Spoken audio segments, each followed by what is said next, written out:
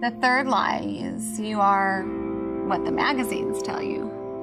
And what do the magazines tell you? They tell you that you are not enough the way that you are. You have to do 10,000 things to become beautiful. The magazines say your body is not holy. You own it. Your body's a toy. Sex is a game. Your body's your value, but it really doesn't have any value. The magazines are full of beautiful lies. I was 7 years old when a very precious man, very close to me, took my innocence and had sex with me. At 7? At 7. From there, my life just completely changed.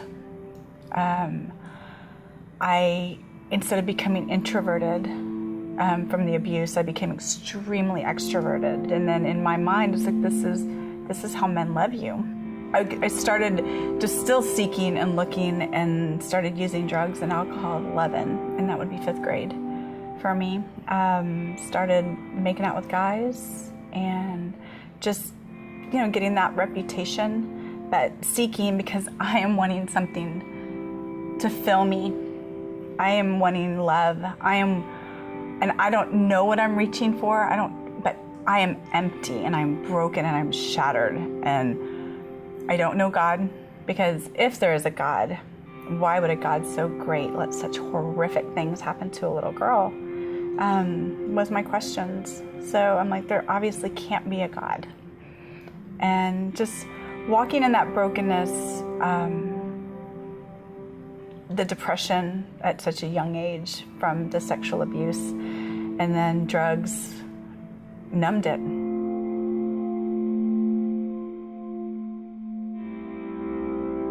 I thought, I'm trying to get love, and if I give the guys what they want, they're gonna love me.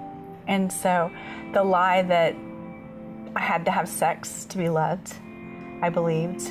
The magazines don't tell us about the consequences of the actions that we're taking. They tell us that we're a toy, but then they don't tell us about the risks of using our toy in that manner. So, not just to be a health class, but with the prevalence of sexually transmitted diseases in our society is unreal. 1.2 million Americans have HIV. They never talk about the fact that when you have sex with somebody, you're having sex with every other partner that they've ever had. About 50% of sexually active adults will contract HPV. Herpes never clears. If you pass that on to another person and don't tell them that you have the disease and they receive it and you knew in advance that you had it, it's a felony. This is serious, but the magazine never says that. It never tells you, find out what you might get from the experience. It only tells you to have the experience and make sure it's really passionate and fun. So it never talks about consequences. I'd been going through tons of counseling just for my depression, for drug use. Everything that I was doing was perfectly in alignment to somebody who had been sexually abused. And she had mentioned it before. She's like, is there anything from your past? And I'm like, no. And then there's one session, it was like being hit with a baseball bat across my head of, oh my gosh. And the memories just came and flooded. And I remembered sitting there and when everything just connects and it's like, oh my gosh, this man took everything from me. On the outside, the magazines look perfect, of course, and flawless. But the messages of the magazines are beautiful lies. They tell you that your body is the source of your value, that sex is a game, your body is a toy, and it's just like going on vacation. It's just having sex is just part of life. It's just part of what you do, whether you're married or you're not. You have to do 365 things to get to beautiful. But the basic message of the fashion magazines is you are not enough the way you are. The other things the magazines are saying is your body is your value, but it has an evil twist.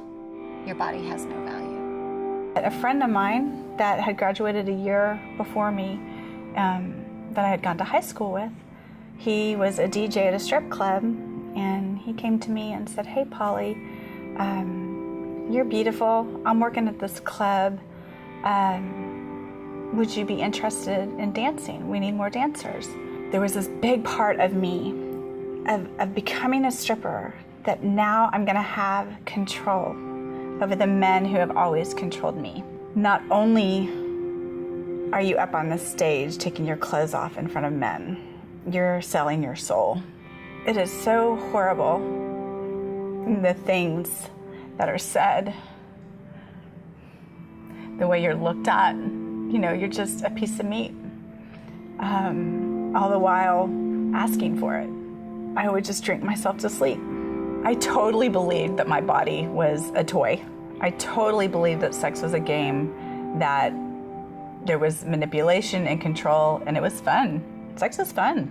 You know, we're created to have fun in that. Thinking I have control and giving my heart and my soul to every guy that would take it. And I would be giving it to him. And it was fun. Except when you wake up in the morning and you're wondering if you're pregnant, you're wondering if you have another STD, you're wondering, who are you and what was that guy's name? You know, and it was horrific, and it crippled me so much.